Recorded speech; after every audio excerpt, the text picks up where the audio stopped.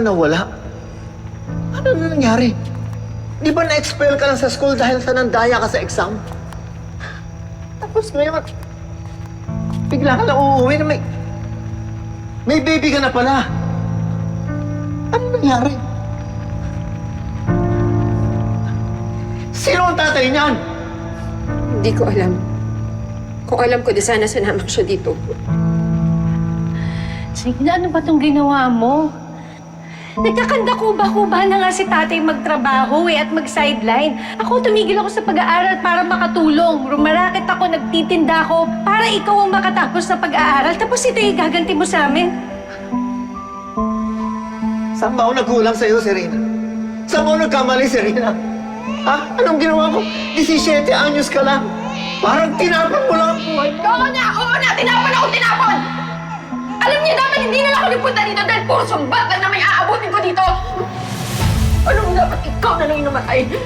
Kaysa si nanay na nagmamahal sa akin.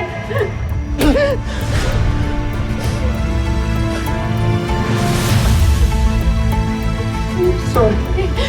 Hindi mo na ako makikita ulit. Kahit kailan, pati ang apo mo. Sorry, anak. Serena! Sorry!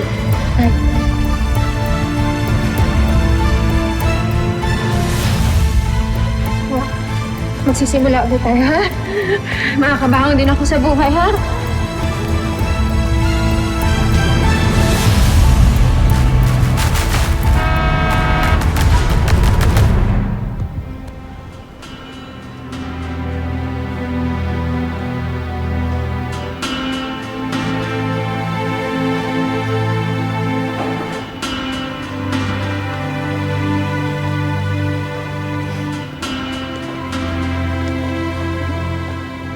I'm sorry po, ma'am.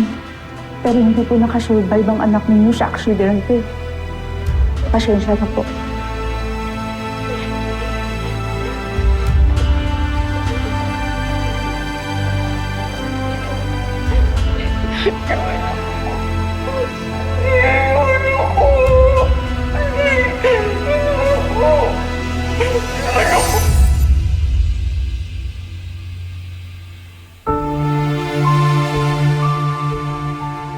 Araw-araw kong dala tong abo ng anak ko. Nandito. Suot ko. Para malapit sa puso ko. And my baby would still be alive kung hindi ako binasura ni tatay at ni Ate Beverly.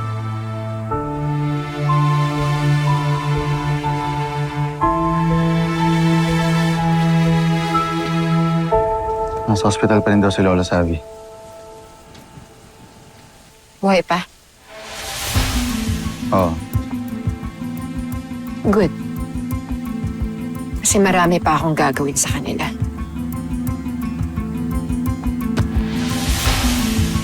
Hey! Ano ka ba? Baka may makakita sa atin dito. Blind spot to ng CCTV. Kabisado ko na ba tulok ng mansyon? Huwag ka na mag-overthink. Ha? Alam ko na, Miss Brenda.